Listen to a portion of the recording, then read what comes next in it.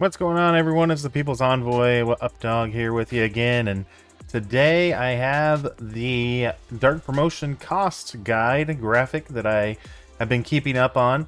Got that updated, and it's got a few new looks, so I just wanted to go over with you and then give you my top 5 characters I think you should be using your Dark Promotions and your Diamonds, maybe your Diamonds. We'll talk about that here in a little bit, but just wanted to kind of go over some of the changes that I've made.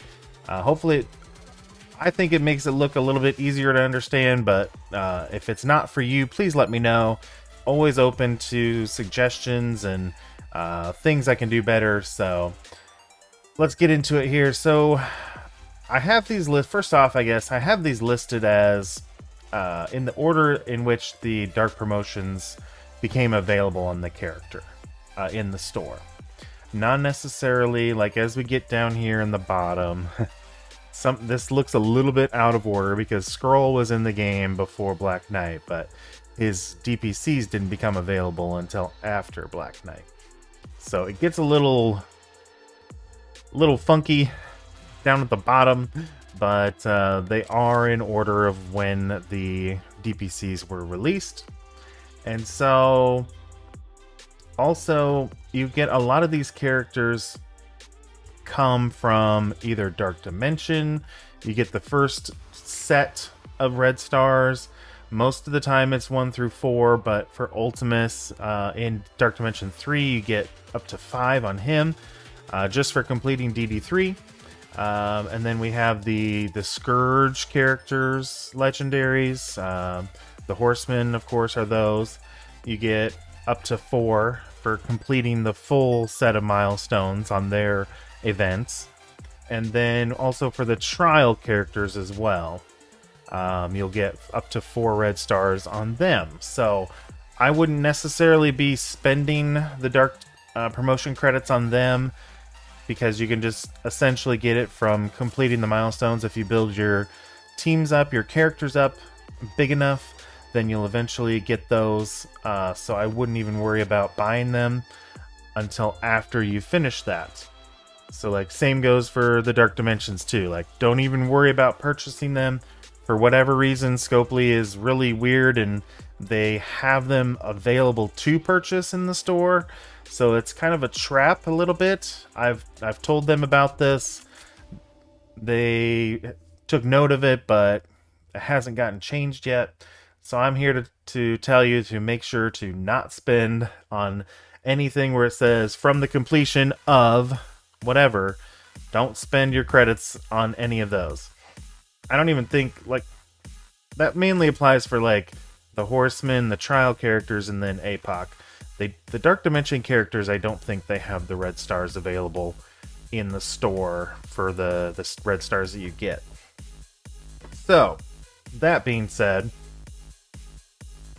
that is all something to keep in mind. And also, you know, Old Man Logan trials are running for the 2nd time now, and you will get up to 4 red if you can complete all the milestones. It's pretty hard.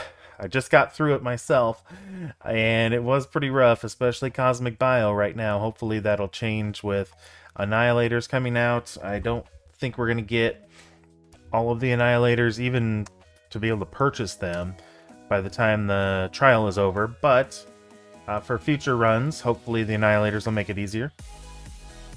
So Cosmic Bio is pretty rough, and even Hero Skill with...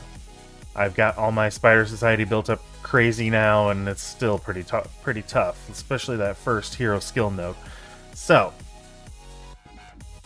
like I said, make sure you are holding off on buying these first 4 upgrades, especially for those characters, and APOC as well,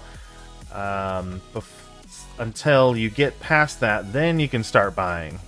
So, all that in mind, let's go over the top 5 characters. I'd say let's go Dark Promotion first. So, actually, you know what? For Diamonds too, why not? So, some of these won't be available for Diamonds. So maybe we will separate it out a little bit. So, for Dark Promotions, my top 5 are going to be Old Man Logan, Super Skrull, Black Knight, Apocalypse, and probably Ultimus, just because he's fairly cheap. He's cheap to get, and with his rework, he's crazy good.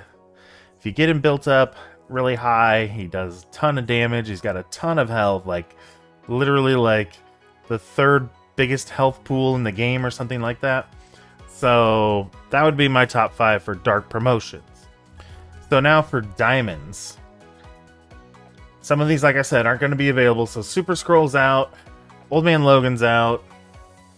It looked like on the calendar that was put out there for the month-long calendar that they put out there on socials, looks like we may be getting an Old Man Logan event that awards as diamonds, so that'll be a big auction for the big spenders out there. But let's just say we don't spend a lot on this game, right? Alright, so Scroll and Old Man Logan are out. Black Knight, I'd still say yes. You could do up to 2 diamonds, I think is fine. He's kind of expensive, but he's definitely worth 2 diamonds for sure.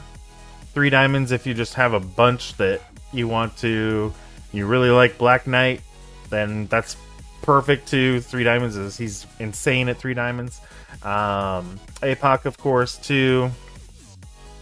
Ultimus I think is still going to make the cut for me because he's so cheap again.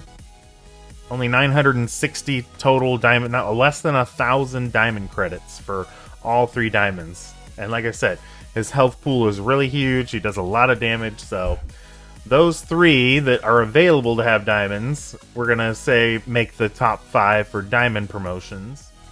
Now the other diamond promotions that I would recommend right now at this point in time is, now of course you're going to have the 7 reds, so you're going to have to spend the dark promotions to get them to the diamonds. But I think Green Goblin Classic is still a great choice to put diamonds. I put 2 diamonds on him.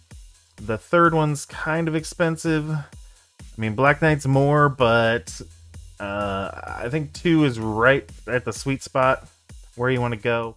And then number 5 on my list, again, we have to get all the way up to the 7 red stars, but I think Quicksilver is probably my 5th best choice for diamonds that we have currently available to purchase. He's a little bit cheaper than Green Goblin is. Also on Dark Promotions, he's cheaper too. He just, when you get him high in diamonds, he does way more damage, which is great. He takes 2 turns at a time, so yeah, he's great choice for diamonds. All the other characters, I would focus on those characters that I said, and after that, then you start working on some of the other characters out there on this list. I'd say probably at the bottom of the list, I would probably say Ultron is unfortunately at the bottom of the list, and I know some of the people that like to hang out in my Twitch chat are gonna be crying and getting their pitchfork sharpened for that one. But yeah, Ultron is definitely not one you want to probably focus on right now. He's going to be at the bottom of the list. Zombie Iron Man is probably the very last one you want to put on, because he's just kit based. He doesn't need the red stars. And if you were playing during the time when they had his event, then you would have gotten 4 red stars for free anyway. Another one would be towards the bottom anyway, not the very bottom, like Zim. But Dr. Doom, there's always a case to be made. Like, do you want to keep him small so he triggers? Do you want to keep him a little bit bigger? It's really weird how you want to approach him. I don't have any diamonds on him. I just took him to 7 red just recently. I'm going to stop there, but he's gear 19 as well, so he is kind of big gear-wise.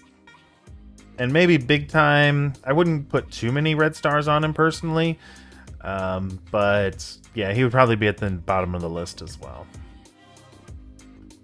So yeah, I hope that helps. Hope you enjoy this graphic. Make sure to check out my Discord server to find that. It's on the channel called Brotherhood Infographics, so make sure you check that out.